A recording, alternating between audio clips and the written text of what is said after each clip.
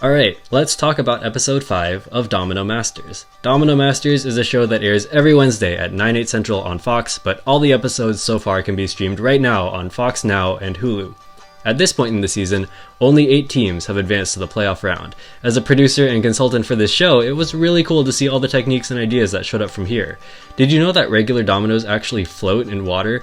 So in order to actually pull off building lines underwater, these teams are using modified dominoes that are over twice as heavy as a standard domino.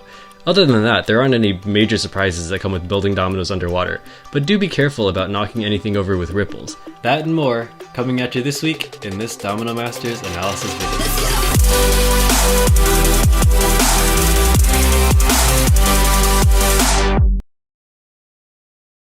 A couple times throughout their build, we saw construction crew making these circular domino structures. And this is a pretty common design, but it's always kind of interested me. Let's do a quick comparison. If you pull a single domino out of a regular domino wall, the whole wall comes down. But if you pull a single domino out of a circular wall, it sometimes doesn't. It's neat that the dominoes are interlocked in such a way that you see this effect happen, but that's as in-depth as my knowledge goes.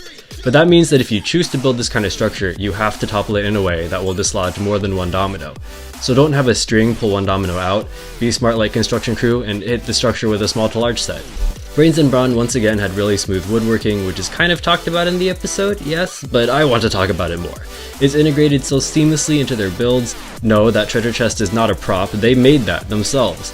We haven't seen woodworking in a lot of domino and machine art aside from large-scale events, and I think that's just because not a lot of builders can afford to have these giant woodworking spaces in their own homes, me included.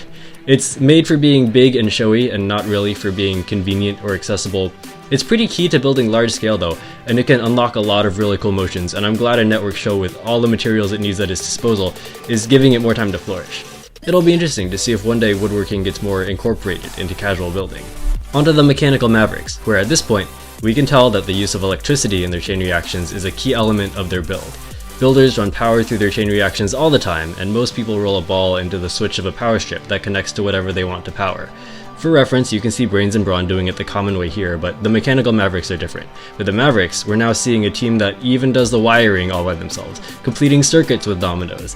It's great to see new building techniques come forward on the show because, I'll be honest, I wouldn't be the kind of builder to have come up with this. I would have reached straight for the power strip. As I've mentioned already, building techniques will evolve over time, and it's always cool to see where it will potentially happen. Rounding off this analysis with the backbreakers, I know I've been talking about cool individual techniques throughout these videos, but this team has a lot of cool combinations of techniques to make up each of their animals. The narwhal in the corner is a fall wall plus a field, and the shark in front of it is a field plus walls for the fins. It's good if you can depict your projects as individual techniques like a single field or a single wall, but if you know how to combine techniques, it really adds that much more depth to your projects. One of my favorite water creatures are sea turtles. If I were to build a miniature of it right now, I would depict it with a spiral shell that branches out into its head and fins. Then we get the roundness of the shell and the shapes of the head and fins, which is much more exciting than just a simple field. Overall, this was a really fun episode with a really fun guest appearance as well. The guest stars were always fun to see around, even if I never interacted with them much myself. And seeing all the fun little interactions Carmen Electra had with all the contestants was really charming, and that honestly made a lot of the episode for me. Now that teams are coming back, it was good to see this episode had a little more personality. And that's it for this week's video. I was really hoping for the playoffs to get better, so it's no surprise to see these teams deliver. There are more playoff builds and talking points to come, so I will see you with more Domino Masters analysis next week.